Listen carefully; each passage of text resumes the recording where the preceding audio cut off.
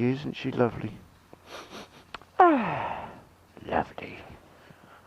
Right, okay. Ching-ching.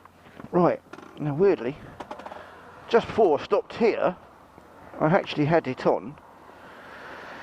The rain mode, wet mode, we've called it in this one. I've forgotten already. This is the wishy-washy woogie.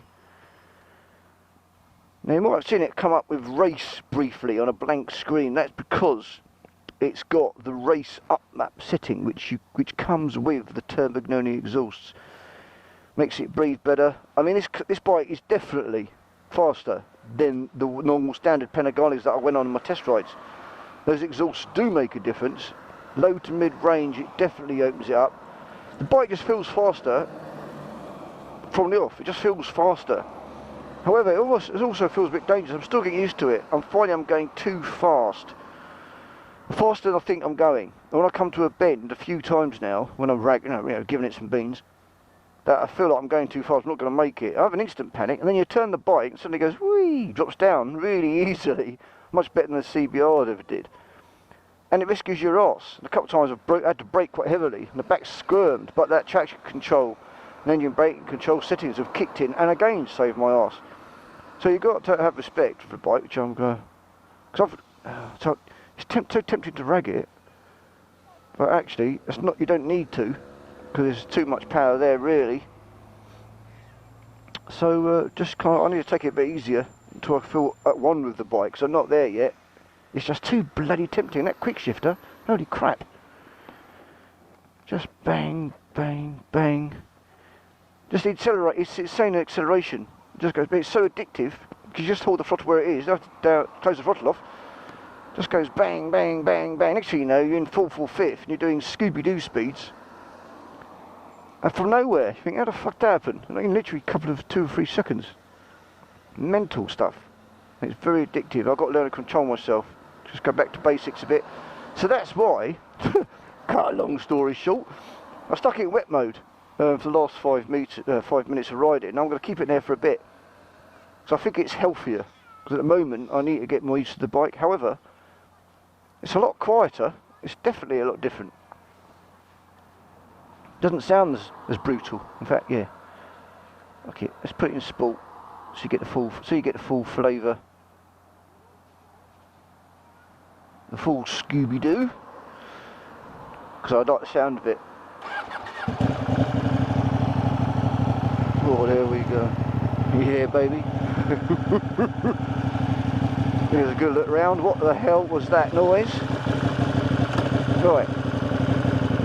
The bike's cooled down a bit. You don't have to worry about the bike, it will cool itself down. I'm just cooling myself down, really.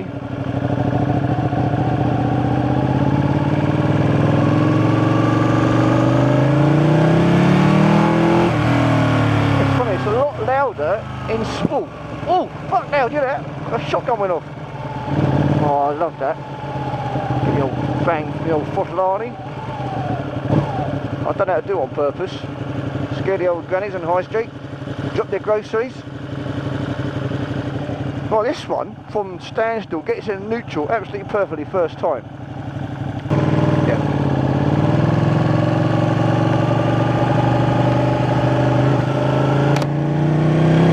Well, the other thing I've noticed is that it's really easy and smooth to take away. Now, every time I stopped at traffic lights, let's just close the visor. Every time I stopped at traffic lights on my CBR, I'd always have a fear of embarrassing myself with a stall. But on this one, I haven't stalled it yet, and you don't even come close to it, it just rockets off the line. Rockets! And that's brilliant. I used to hate that. I always used to put pressure on myself.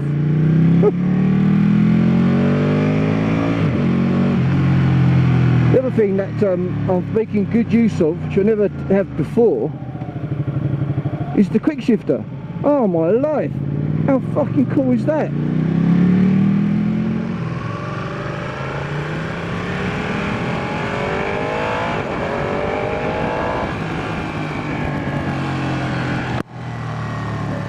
Yeah, the other thing I'm finding great about this bike, which I've never really experienced properly before, is the quick shifter. Bloody awesome. It's really, really awesome. And to get it right, it makes a nice little pop sound. You simply roll on, see how it is, just use your foot, just go straight out, no use of the left clutch. Oh, that's really cool. So I never did it on the two rides we had on the end of this 1000 double R and the two test rides we had on the 899 Panigale. I never really used it.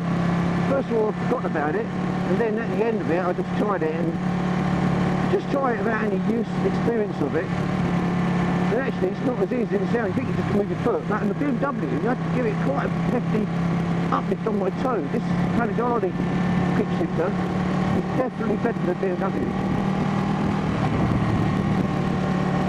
So the negative points at the moment are the fuel costs, the heat coming up from the engine and exhaust, and the aching of my wrists in this forward slung position, all of which add up to buckle and certainly not stopping my enjoyment of the bike. Never mind, eh? But countering all of that, of course, is that every time I see it, I get excited I'm going to ride it. I better. And I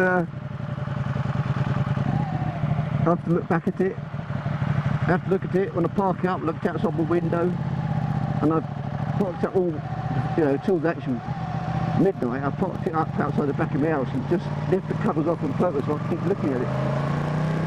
Oh dear, yeah, I know.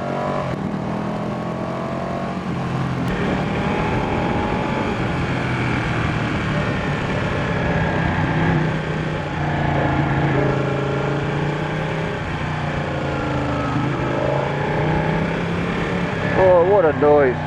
What a noise!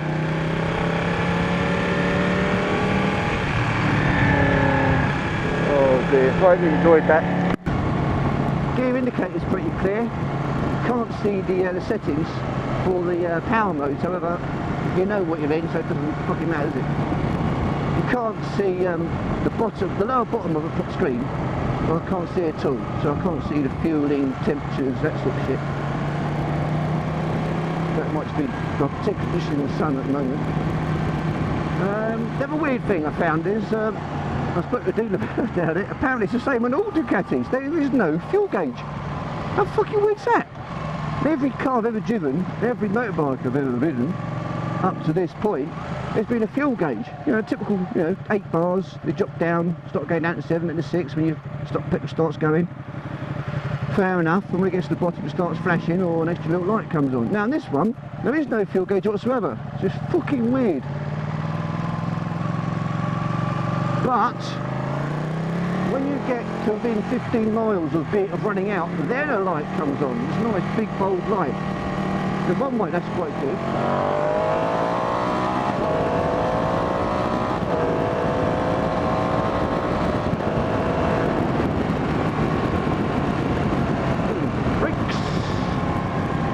Nice, just a quick little Scooby. Yeah, now let's talk about the modes actually. I don't think there's much difference between race and sport, so I'm going to keep it in sport probably for most of my Panigale career. What's it? No, the light's going to change. What the race mode does is it's got the same power as sport, but just makes everything quicker. So basically the electricity comes in quicker, and the throttle's more responsive, stuff like that. Perfect for the track or going a particularly fast ride.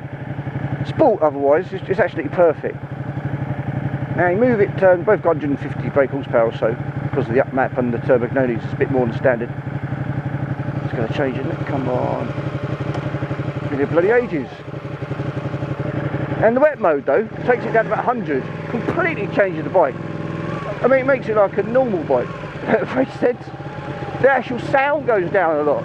So, fuck that, I ain't going in there, that's the whole bloody point. And it just was like a slower bike, less sound, and very docile. Perfect, absolutely perfect. But they have the carrying pillions. We just want to take it easy, you're trying to save a bit of fuel. Sure. So yeah, very happy with my purchase. highly recommend this bike to anybody. You'll get used to the wrist thing. The heat, you never really get used to the heat that's going to be burning your house, but fuck it. Have you heard of a shower? So, I'll sign off here. This is Abe, whichbike.com, enjoying my first real super bike, I guess. I'm thoroughly enjoying it. I hope to see you around. Don't forget to take part in the forum. Tell us about your bike and your biking experiences. We're still looking for a couple of staff members still. Most of the positions have gone now.